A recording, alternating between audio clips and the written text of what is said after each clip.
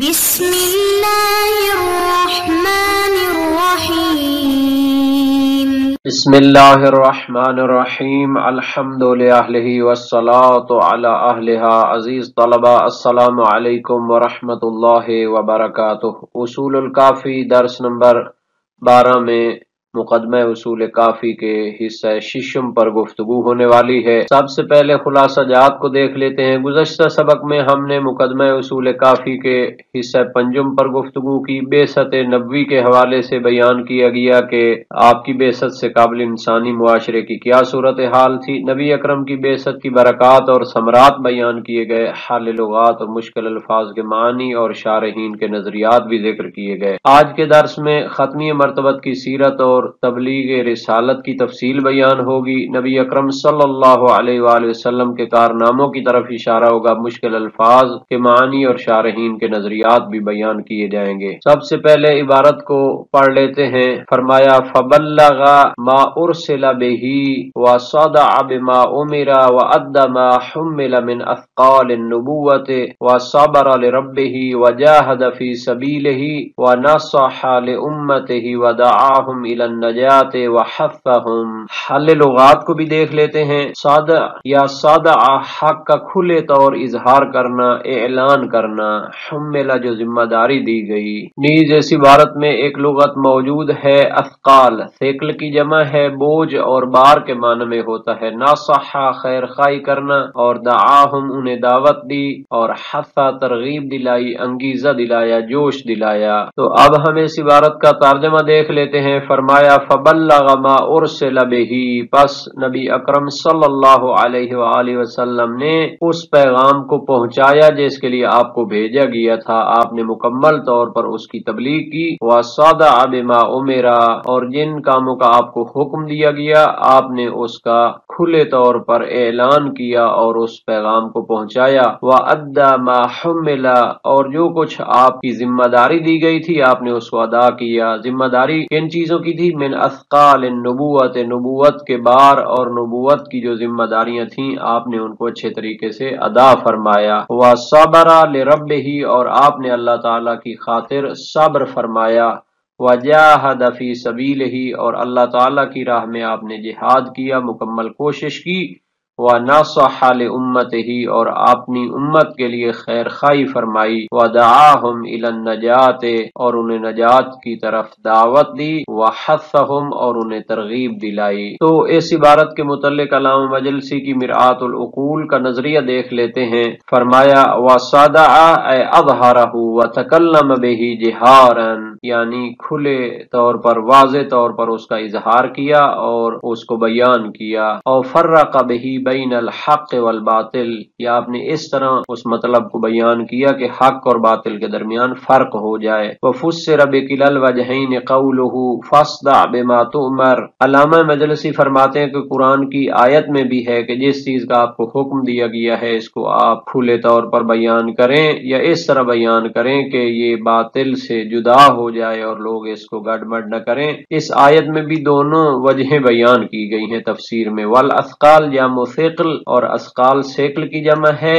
ضد الخفہ، یہ ہلکی چیز جو ہوتی ہے، بے وزن چیز جو ہوتی ہے اس کے مقابلے میں ہے۔ اور ثقل بالتحریک وهو متاع البیت والمسافر علی الاستعارہ، یا یہ ثقل ہے گھر کے متاع اور گھر کی چیزوں کے معنی میں ہے، یا مسافر کے زاد راہ کے معنی میں ہے۔ قولہ علی الذکر ای القرآن او کل ما یسیر سببا لذکرہ، اور انہیں ترغیب دی ذکر کے لیے یعنی قرآن کریم کی تلاوت کے لیے ہر وہ چیز جو اللہ تعالیٰ کی یاد دلاتی ہو اس کی نبی اکرم صلی اللہ علیہ وآلہ وسلم نے ترغیب دلائی ہے۔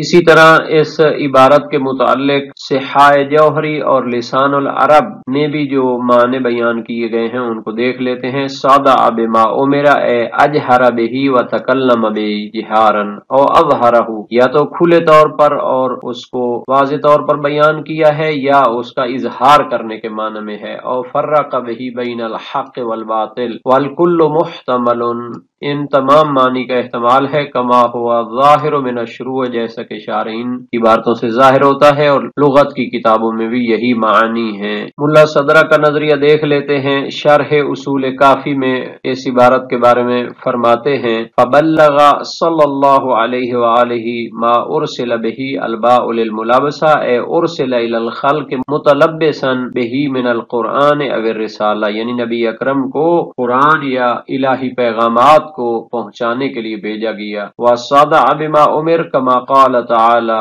اور صَدَعَ بِمَا أُمِرَ یہ قرآن کی آیت سے گویا کہ اقتباس ہے، فَاصْدَعْ بِمَا تُؤْمَرُ، اے اظہر دین الاسلام میں، یعنی آپ کو جو دین اسلام کے لیے بھیجا گیا ہے تو آپ اس کو واضح طور پر بیان کریں۔ الصَّدْعَ الشق کو کہتے ہیں، قد صدعتہ فانصدع وصدعت الفلات قطعتها، صدعت الشیء اظہرتہ وبینتہ وصدعت بالحق تکلمت بہ جہارا، کسی چیز کو کھلے لفظوں بیان کرنا اس کے معنی میں استعمال ہوتا ہے۔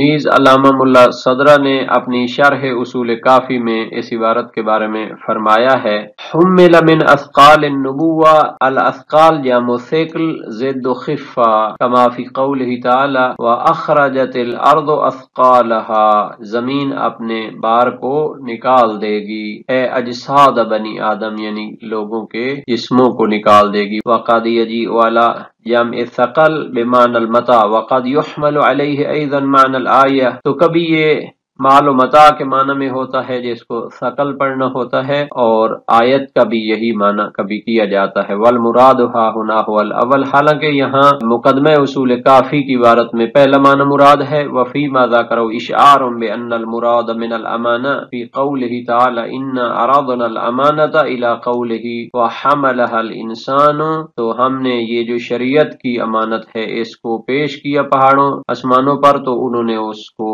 اٹھانے سے عاجزی کا اعتراف کیا، لیکن انسان نے اس کو اٹھایا۔ وہی النبوۃ لا العقل کما قیل، اس سے مراد نبوت ہے نہ کہ عقل ہے، جیسا کہ اس میں کہا گیا ہے۔ خاتم النبیین صلی اللہ علیہ وآلہ وسلم کی سیرت اور تبلیغ کے متعلق دیکھ لیتے ہیں کہ اس عبارت میں بہت ساری چیزوں کو ذکر کیا گیا ہے۔ الہی پیغامات کی تبلیغ کے حوالے سے ذکر کیا گیا، نبوت کی تمام ذمہ داروں کی ادائیگی کے حوالے سے بیان کیا گیا، اپنے رب کی خاطر صبر و تحمل کو بیان کیا گیا، آپ نے اپنی سیرت اور زندگی میں نہایت ہی صبر و تحمل سے کام لیا ہے۔ خدا کی راہ میں جہاد اور مکمل کوشش کو بھی ذکر کیا گیا ہے، جس کو سیرت میں ہم دیکھ سکتے ہیں۔ امت کی خیر خواہی کو بیان کیا گیا ہے، اور امت کو نجات کی راہ کی دعوت دینے میں بھی آپ نے ہر قسم کی کوششیں کی ہیں۔ مقدمہ اصول کافی کی ایک اور عبارت کو دیکھتے ہیں، علی الذکر ودلہم علی سبیل الہدى من بعدہ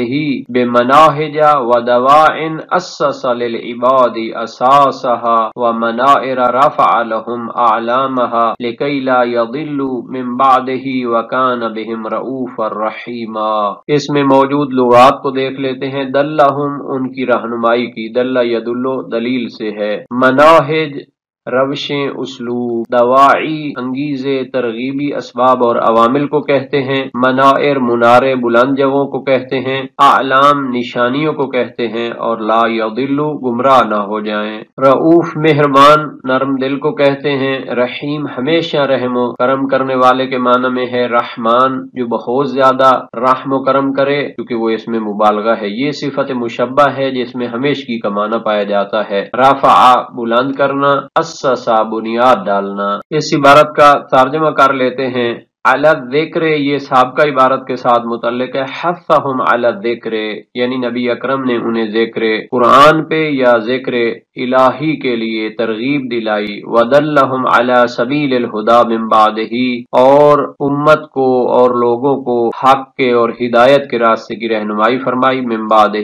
کے اپنے بعد بھی وہ اسی پر چلتے رہیں، بمناہج ودواع اسس للعباد اساسها، ایسی منہج اور اسلوب کے ساتھ، ایسے انگیزوں کے ساتھ کہ جو آپ نے بندوں کے لیے اس کی بنیاد ڈالی ہے، ومنائر رفع لهم اعلامها، اور ایسے مناروں کے ساتھ کہ جس کی نشانیاں آپ نے بلند فرما دی ہیں، لکی لا یضل من بعدہ، تاکہ نبی اکرم کے جانے کے بعد آپ کی رحلت کے بعد لوگ گمراہ نہ ہو جائیں۔ وَكَانَ بِهِمْ رَءُوفًا رَحِيمًا، در حالانکہ نبی اکرم صلی اللہ علیہ وآلہ وسلم اپنی امت کے ساتھ نہایت رؤوف مہربانی کرنے والے اور رحمت اور ان کے ساتھ نرم دلی کرنے والے تھے۔ تو اس جملے میں نبی اکرم صلی اللہ علیہ وآلہ وسلم کی سیرت سے یہ بیان کرنا چاہتے ہیں، جس طرح آپ نے اپنی زندگی میں امت کی ہدایت کے لیے مکمل کوششیں کی ہیں، آپ نے اپنے جانے کے بعد بھی اس کا انتظام فرمایا ہے۔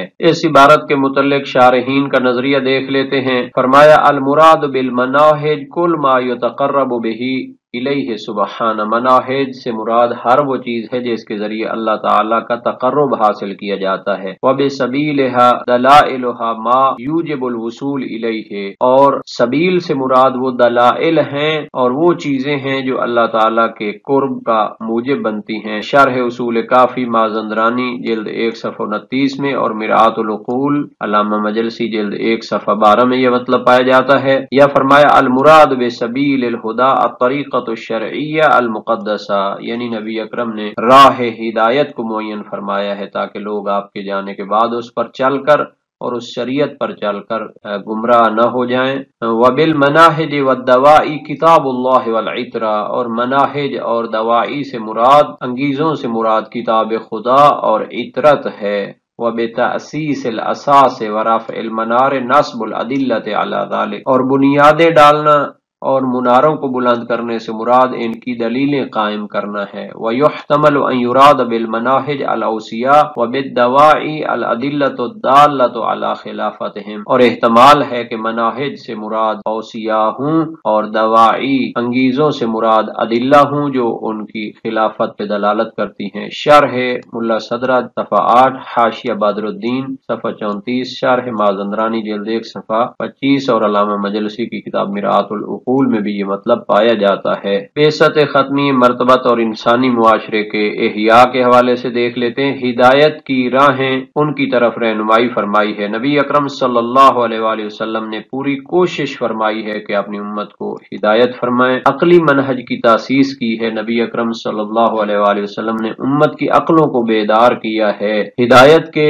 مناروں کی نشاندہی فرمائی ہے، ہدایت کا مکمل انتظام کیا ہے۔ نبی اکرم صلی اللہ علیہ وآلہ وسلم کی امت سے رافت بھی نہایت اہم ہے، امت کی رہنمائی کے لیے ہر قسم کی قربانی بھی پیش کی ہے۔ علامہ کلینی کی اس عبارت میں سیرت نبوی کے حوالے سے ذکر کیا گیا ہے، تو ہم سیرت نبوی کے حوالے سے مسلمانوں کی علمی کاوشوں کو دیکھ لیتے ہیں۔ بہت سی کتابیں مسلمانوں نے دور قدیم سے صدر اسلام سے لے کر آج تک لکھی ہیں مختلف زبانوں میں۔ شیعہ امامیہ علماء نے بھی سینکڑوں بلکہ ہزاروں کتابیں لکھی ہیں۔ صرف 450 کتابیں، عنوان کتابیں تو برِ صغیر کے علماء شیعہ امامیہ نے لکھی ہیں۔ ایک بہترین کتاب الصحیح من سیرت النبی الاعظم، علامہ محقق جعفر مرتضی عاملی نے 40 جلدوں میں سیرت نبوی میں تدوین فرمائی ہے۔ سیرت نبوی علامہ محقق طالب حسین کرپالوی نے 30 جلدوں میں اردو زبان میں تدوین کی۔ اسوۃ رسول علامہ محقق سید اولاد حیدر فوق بلگرامی نے 100 سال پہلے 5 جلدوں میں تحریر کی ہے، 1344 میں شائع ہوئی۔ تاریخ احمدی ایک قدیم کتاب ہے سیرت نبوی کی، مورخ ادیب احمد حسین لکھنوی کی کتاب ہے۔ اسی طرح اور بھی بہت ساری کتابیں جن کی فہرست میراث علمی مکتب اہل بیت نے تیار کی ہے۔ آج کے درس کا خلاصہ دیکھ لیتے ہیں۔ مقدمہ اصول کافی حصہ ششم میں ختمی مرتبت صلی اللہ علیہ وآلہ وسلم کی سیرت اور تبلیغ رسالت کی تفصیل بیان کی گئی۔ نبی اکرم صلی اللہ علیہ وآلہ وسلم کے کارناموں کی طرف اشارہ، مشکل لغات کا معنی اور شارحین اصول کافی کے نظریات کو بھی بیان کیا گیا۔